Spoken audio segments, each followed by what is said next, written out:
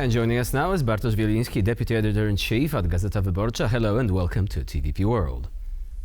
Good morning. So the question of compensation has been high on the agenda. It is a controversial topic among the Polish public, but what do you think is the priority for the average person? Is it more about the money or is it more about a sense of closure? What is your take on that? Well, this is a stunt. This is just a stunt invented by Law and Justice. 3 years ago, just time goes fast. That was invented just in order to, spice up the public debate when Donald Tusk returned to Polish politics. They labeled him as a German. You remember all those Für Deutschland remarks in public media. They labeled him as a traitor, as a German puppet marionette, and they added that demand that Germany paid this huge sum of 1.3 trillion euros. Yes. Trillion. Yeah, the proper word is trillion euro for the losses. And of course, Poland hasn't been recompensated for the losses. But in 1953, we under Russian pressure, under Soviet pressure, we agreed to call it back. We agreed not to take any more money from Germany. We agreed to resign from our rights to the reparation. And the case, is closed. That these are the facts. The PAS party they didn't agree to that, but didn't show any solution, any legal solution how to tackle that issue. They couldn't even name. I asked them many times for that. Please name the court when you could go and sue Germany to get compensation. Well, they blocked me on the Twitter when I started asking that question. So do you think the person in charge did that? Yes. Do you think that right issue. now, because we're actually entering a new era of relations, of mutual relations, do you think that the issue could be solved in a way that encompasses negotiations conducted with mutual respect? Because as you said, the previous government was more about basically just putting this huge amount on the table and saying, what are you going to do about it? So Germany said nothing, because from a strictly legal standpoint, the case is closed, but Poland's current foreign minister also emphasized that this is an important issue for many Poles and we have to be creative about it. So how could this creativity actually bring us to some sort of conclusion?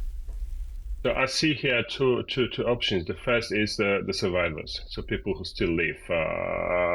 They survived the war and were victims of this ruthless, unhuman German regime in occupied Poland. The number of these people is being estimated at 50,000 at maximum, and they have their needs in terms of medical care, and they could get compensation. And I know that there is a talk about this problem. Scholz was to offer 200,000 euro for the 200 million euro for the special fund to help that group, but from some domestic reasons in Poland and Germany, they agreed not to announce any concrete amount of money. They will do that in 2 weeks. They meet on July 16, and probably there was some progress. And the other issue is the defense. Germany could settle the issue of this reparation by hugely investing in the defense of Poland. The European anti-rocket shield, for instance, a project that would cost billions of euro, that would protect Poland, Baltic countries, other countries in the east that also were victims of German occupation. That could be a huge investments in also in dealing with dark German past. The other problem is that this government in Germany is very unstable, is very weak. The Chancellor Scholz isn't the star of German politics. He's struggling for survival, and the chances that he survives this autumn are 50-50. So this is another issue, that Germany was never so weak as it is now, and it also makes any dialogue on the future of German-Polish relation, on the future of Europe, also harder. So Scholz is fighting for his own survival. His coalition is is breaking apart. They can't agree even on such a thing like a state budget. It was supposed to be done on Sunday. Well, they are discussing it still.